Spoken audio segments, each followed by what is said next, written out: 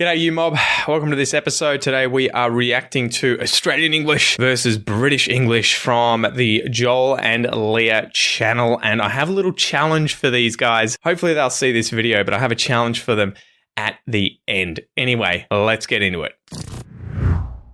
Right, so we've had a few comments, not that many, but a few people saying that is our English accent the same as Australian accent? I get this question all the time. How does it differ? And I think a lot of the time they're referring to RP, British pronunciation, to Australian English. And the interesting thing here before we get into this video a little further is that British English, if that's an English, has so much more diversity in terms of accents and dialects, obviously because it has been evolving over a lot more time in that one area. Australia sort of just has this general versus broad pronunciation today that's more associated with rural versus city, as opposed to in Great Britain, in Ireland, Wales, Scotland, where it's much more regional. So we thought we'd do a video just to clear up the differences, because they are quite similar, but also they are very different. So here are 4 differences that we've noticed from the Australian accent to the English accent, and this video is just an overview of these. It's not going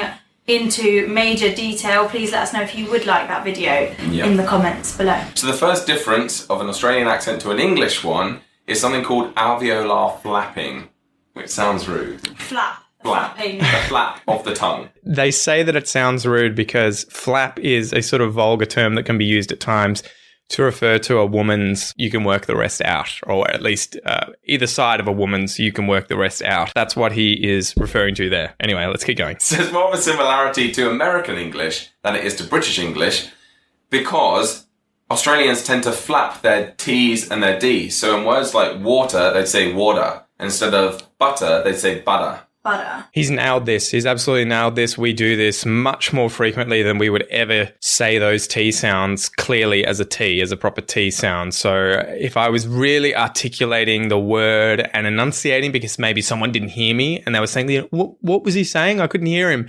I'd say a water, in the water, right? So, or butter, I need butter. But generally, I would never pronounce it that way. I would say water and butter. The interesting thing here with those two words is that they both end with ER. And so in Australian pronunciation, you will pronounce this as the vowel sound like in the word cup or stuck or duck. It's the short sound at the end of the word. However, it's not always the case. It will be the schwa if it is within a phrase, right? If there is a sound that comes after that word. So if I said, I need to see the water, because water's at the end of the phrase, I'd say water with the vowel sound. If water was in the middle of the phrase, the water looks deep. The water looks deep. I would use the schwa. Interesting. Received pronunciation, which I assume these guys have a variation of. They're probably not both from the exact same area in, I think it is the southeast of Britain, where you'll find received pronunciation around London. But generally with those word endings, instead of they will just use the schwa sound. So you'll hear water and butter. I've butchered the British accent, so feel free to react to that, guys. Feel free to take me to task with my British pronunciation as well. Butter, water, ladder, anything with a D, double D.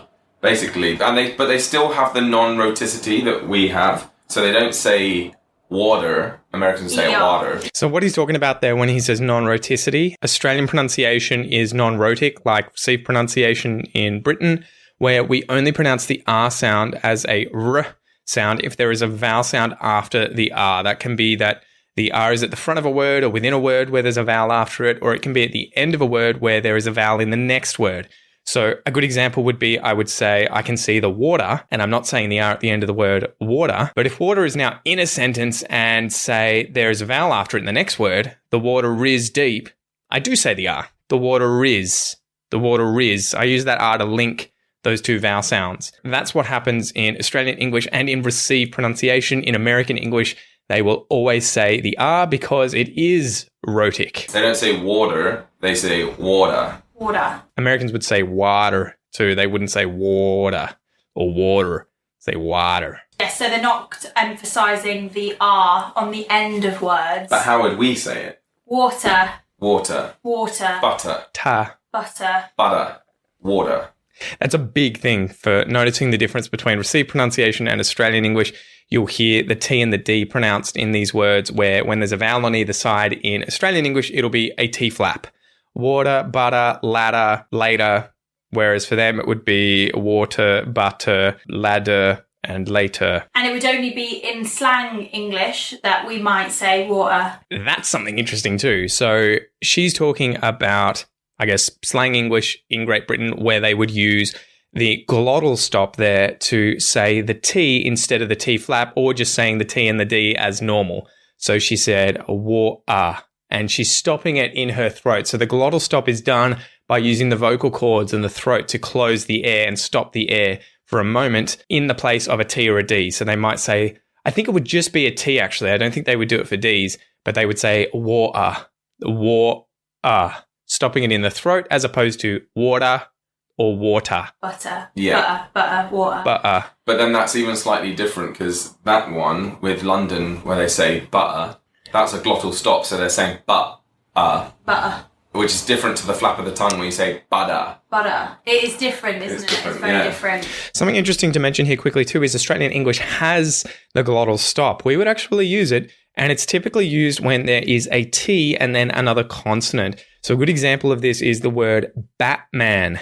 I would actually stop the T in my throat using a glottal stop instead of stopping it in my mouth, instead of muting it in my mouth. So I would say Batman. Batman. Another word might be butler. Butler. I'm stopping it in my throat. I'm not going butler. Butler. I'm saying butler. Butler. Batman. Glottal T. So we do use it. It's just not used the same way and in the same place as with received pronunciation from Great Britain. Worth listening out for that flap. Yeah. What's flap. the complex word? It's alveolar. Doesn't that sound... I think that refers to the part of the mouth that the tongue is flapping across. It's like up there. So if I were to try and describe that, water, it's hitting the same place that you would place the tongue to say the T or the D sound, right? That ridge behind the teeth that sort of curves up like that. And then you've got the roof of the mouth. The tongue kind of flicks across that and just touches it briefly for an instant, as opposed to completely stopping the airflow. Water. So it flicks across that part. I think that's it. If you want the long word, it's intervocalic alveolar flap. Sounds like this guy knows his linguistics. So that's what you'll probably get. That's what you'll probably get if you're listening to an audiobook about language. Yeah, what does that mean to you? You don't need to know that. It means nothing. Just call it a flap. It's fine. A flap is fine. Just all True, remember our true. flaps. Yeah. Number one She's making reference to something else there. Cheeky, Leah. flap. We've talked a little bit about roticity, but mainly flap. So linking on from the flap, which is number 1, we're going to talk a little bit about roticity, which is number 2. So as we mentioned, Australians don't have the rhotic R, which means that at the end of words that end in ER, they'll just drop it. It's not just ER. It's any word that ends with typically an R sound. So it can be ER, AR, OR, IR. It can even be RE. It can be, I'm trying to think of the other examples. There are quite a few different ways. In fact, Future Pete, when editing this, put them up on the side here. And I've actually done a video on one simple tip to sound Australian where I talk about this. But yeah, so polar, center or center, water. What's another one? Jaguar. Any word where there's an R at the end or there should be an R sound if it was rhotic like American English. We don't say it unless there's a vowel afterwards. And leave it open, like we said with water, teacher, water, teacher, letter. Similar to British, but very different to American. And that is, like you said, it's very similar to British, and that's probably one of the reasons why people get confused between Australian English and British English, is because we both sound non-rhotic. So to an American's ear, they're thinking, oh, you're just all part of the same thing. The interesting thing is I can hear a much more regional dialect or accent with Leah than I can with Joel. I don't know their background, but I would say for whatever reason, Joel has a very, very neutral British accent that I think the average person wouldn't be able to place besides saying, oh yeah, he's from England, he's British. That's just one feature that we share with Australians. It's not. And as a Brit, do you feel that Australians sound closer to us than Americans? Because I do. Do you? Yeah. I think so. In my head, you've got British English speakers here, and you've got American English speakers here, and Australians are in the middle. In the middle? No way. I reckon we're way closer to the Brits. Australian English came from British English, right? We were colonised by the Brits, and there was an influx of Cockney people as well as other people from other areas around Great Britain and Scotland. And the next generation or two ended up developing their own pronunciation. And so Australian English literally comes from Great Britain. It has nothing to do with American English. That was sort of a separate branch. The other thing for me is the biggest thing that you'll notice with American English is just that rhotic R constantly at the ends of vowels. They will always say that R in words like bird and herd. It's just this sound, it's this quality to the melody of American English that you will always notice. It's almost like they have something stuck in their mouth over their tongue because their tongue is constantly up like this, saying those R sounds. You know, like I went to the street the other day and I saw my friends drinking some water. You just get used to hearing those R's all the time. But yeah, I'd say we're way closer to the Brits. I think we share similar features. Sorry, Americans, for my horrible American accent. Shame. Shame. Shame. Shame. It's because the flapping is it's a very American feature, yet the non-rhoticity is a very British feature. So I feel like they are in the middle. Yeah. It's a fair call based on those two sounds, in terms of there being one that's British, one that's American, using the flap T or D that is very common with American English, comparing it to the non-rhoticity that is very common in RP. But I would say the vowel sounds in Australian English are much closer to the British vowel sounds in RP than they are to American vowel sounds, especially the diphthongs. Right. Yeah. And there's so many Australians in London as well. Yeah. That it becomes so much, you just hear it all the time. We haven't actually given them an example of what it sounds like. Maybe we need to talk a bit. Ooh, here we go. Now we get to dissect some potential Aussie accents. What would you say? Aussie spies, right? They're putting it on. So this would be interesting. I wonder, who do you reckon, guys? Who do you reckon is going to do better? Do you reckon Leah will smash this more than Joel? Or do you think Joel's going to smash it? Leave a comment below and let me know.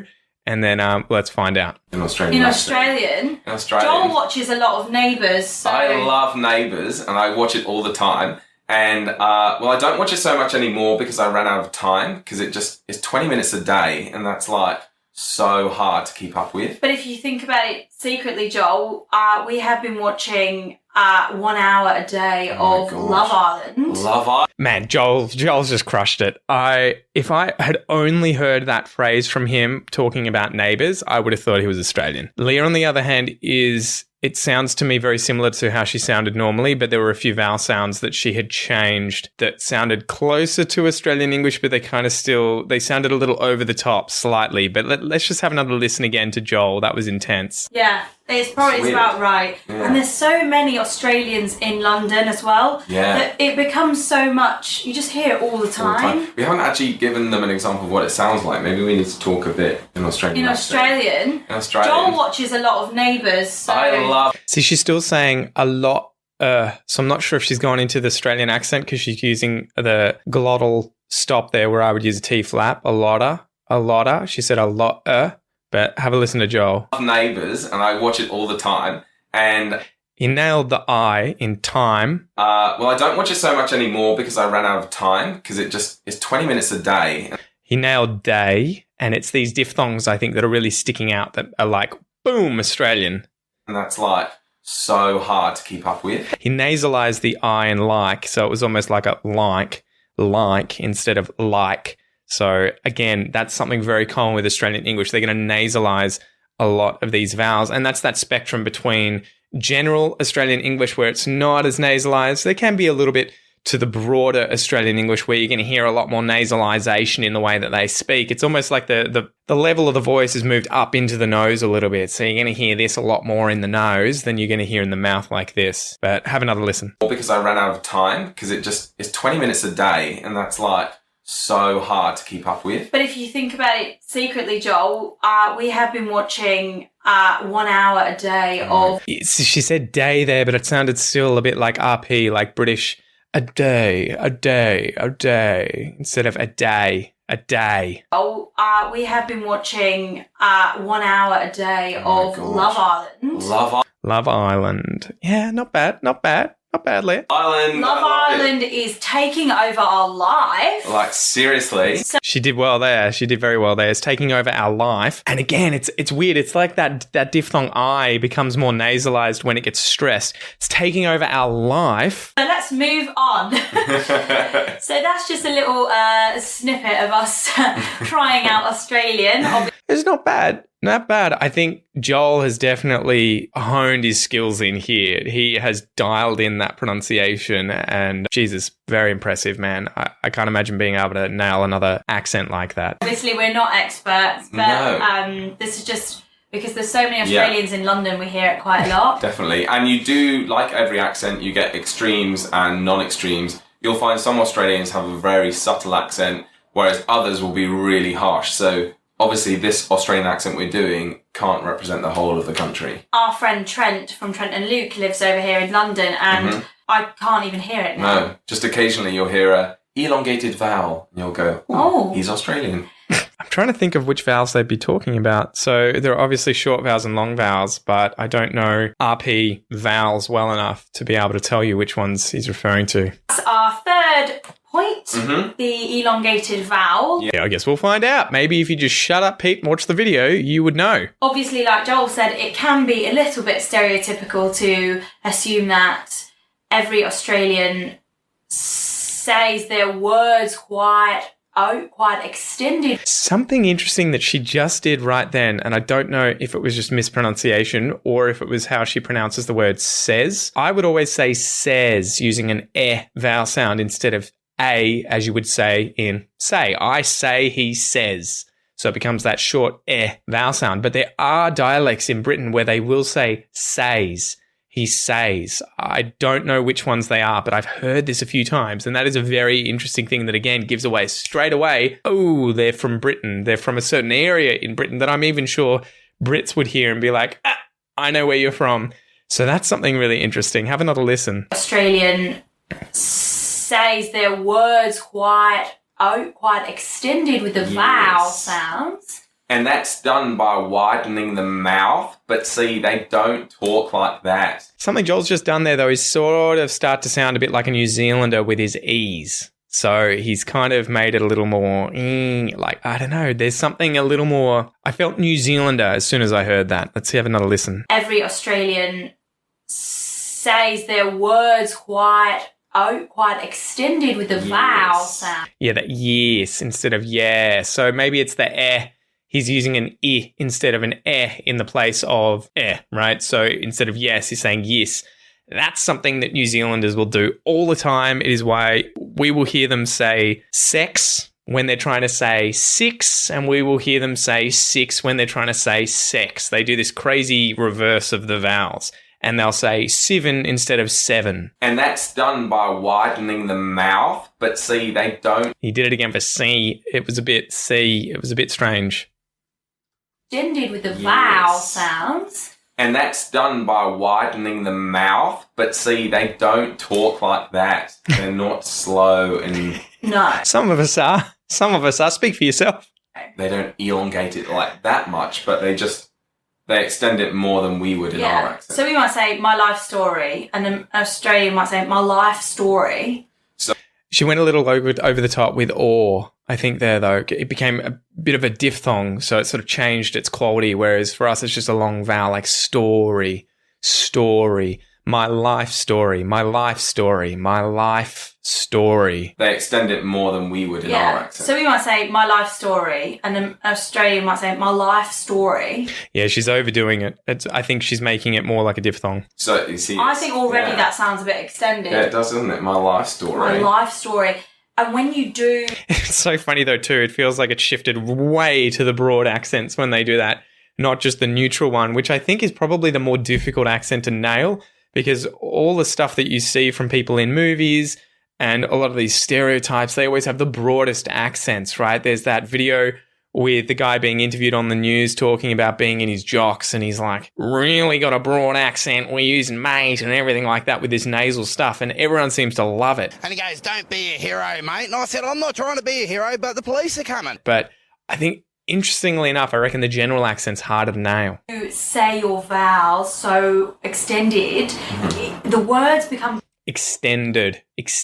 We wouldn't say extended. I think that's RP leaking in there again too. Extended, we would say extended. Clearer and they land on people. Yeah. Australians are great public speakers, I think. Yeah. The words really land Yeah. on people. I love it. I read an article recently. It's so interesting hearing this from, I think these guys, Joel and Leah, are both actors or actresses, so they have learnt about pronunciation from a completely different space than I have, where I've learnt about Australian pronunciation from books and courses and learning the IPA and trying to really break down how I say things and learn about the symbols and the variations. It's really interesting when you learn or you hear about how actors and actresses learn to do different accents, because I don't think they bother with any of the kind of jargon, linguistics, IPA side of things, and it's much more done on experiential feel of things, right? It's much more, where would you place this in your mouth and how does it feel? And two ways of achieving the same thing. Very interesting. That was saying that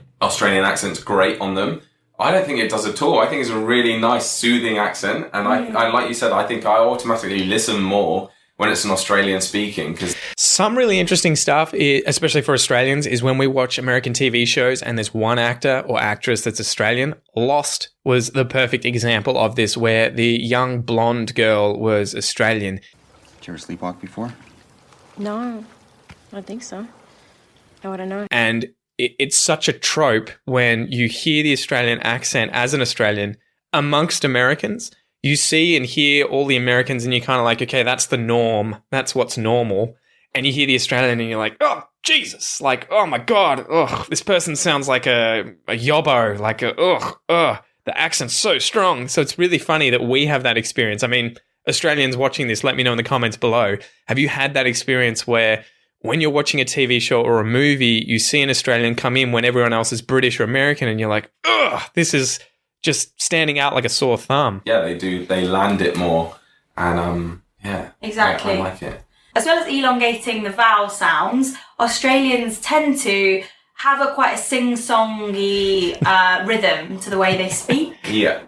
And they tend to end on a rising intonation. So I think it's called... Upspeak.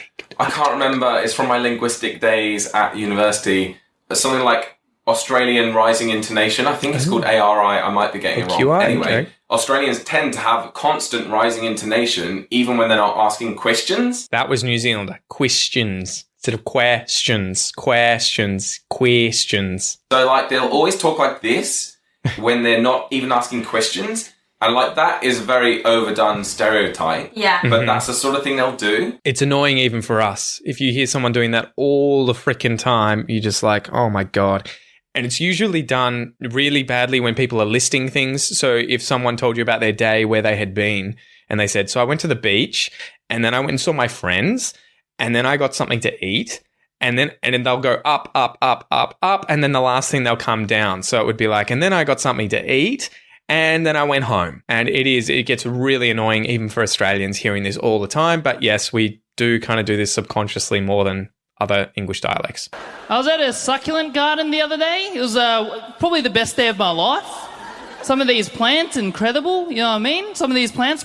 And that is perhaps what the article you read was referring to when it said that the accent grates on them a little bit. Yeah. And Because we tend to end on a minor note. I've noticed this though too in American TV shows, especially with teenage girls. Not that I watch a load of American TV shows with lots of teenage girls, but those movies that come out like Clueless and I can't even name them. I watched them years ago. But the girls tend to do it there as well. And I wonder too if there's a gender difference in Australia where that uptalk or that question intonation is much more associated with women than it is with men, because it's interesting how those differences can arise. Don't we? We end Brits down. always go down. Oh my God. And they go, oh my God. Yeah, oh my God. Like, it goes up. And it's quite sing-songy. Yeah, it's quite up and down, like Welsh. I don't know. I don't notice. Does it sing-songy for you guys? I've never really noticed any sing-songiness in Australian English, to be honest. They go up and down when they're talking like this, and they're really colourful with what they're saying. Just sort of draw a graph of where the vocal tones are going. Yeah. You know, up and down. Yeah. And one of the final things Now I'm going to have to go away and like record myself speaking or watch one of these videos again and be like, how am I talking? You know, take some notes. to note is the abbreviations that they use are different to the abbreviations that we use in British English. Now, this is my favourite thing that I think what he's talking about here is shortened words, so slang words. I'm actually not aware of until we were just planning this video 5 minutes ago. So, I can't believe you haven't heard it, but that's probably because I watch Australian soaps and stuff. Yes. He's talking about soap opera TV shows, like dramas. But so instead of saying this afternoon, they might say that, but they'd also say the Savo. Yeah. So they abbreviate this afternoon to the Savo. ARVO. Sounds so posh. You can just imagine a Brit saying the Savo. Really? I would never, ever, ever associate those kinds of slang words and their usages with poshness. That is not something I can imagine ever associating with it, because most posh people in Australia wouldn't use those kinds of slang terms. What do you call Yeah, Savo? it's what such rah-rah, like Sloane Square posh people Exactly would say. The that. Savo. It's so funny. Yeah, but they'd be like, what are you doing the Savo? And then they also, I've not heard this one, but I saw it online, bizzo instead of business. I wouldn't use this, but I've heard of it. Arvo, on the other hand, everyone uses. Every single Australian. Don't make a liar out of me, guys. That's none of your bizzo. Business. I have never heard anyone at Neighbours use the word bizzo for business. Bizzo. Independent bizzo woman. I'm an independent bizzo woman. So, Trent, if you're watching this, can you let us know whether you actually say bizzo? I'm going to ask our Australian Okay, friends how you should. true that is. And I would know instantly what you meant if you said it's none of your bizzo, but I would never say that. It sounds a bit, I don't know. I would just say business. if it's like, oh yeah, only lame people would say that. That's- Not lame, it's just not common. But also, you know this one. Instead of barbecue, they'd say barbie. Oh yeah. Shrimp on the barbie, that's the classic The classic Australian phrase. stereotype. But they say barbie instead of barbecue. There are loads of these that almost are just words. We don't even see them as slang. We just know them as words, right? So things like Barbie, sunnies, boardies, wetty, all these things that are kind of items where we just become so used to using that one word, it doesn't feel like we're actually using slang. It's just what it's called. Barbie. I can't Barbie. say that without thinking of Barbie dolls. Yeah. Yes, That that sort of sounds like Barbie. American. All right, guys, and I have a little challenge for Joel and Leah. If they ever watch this, I would love to see their best impersonation of the following phrase. I swung by the servo, the Savo, to grab some prawns to chuck on the Barbie. Okay, so that's my little challenge, guys. If you want to learn more Australian English, check this video out, and I'll see you next time. Bye!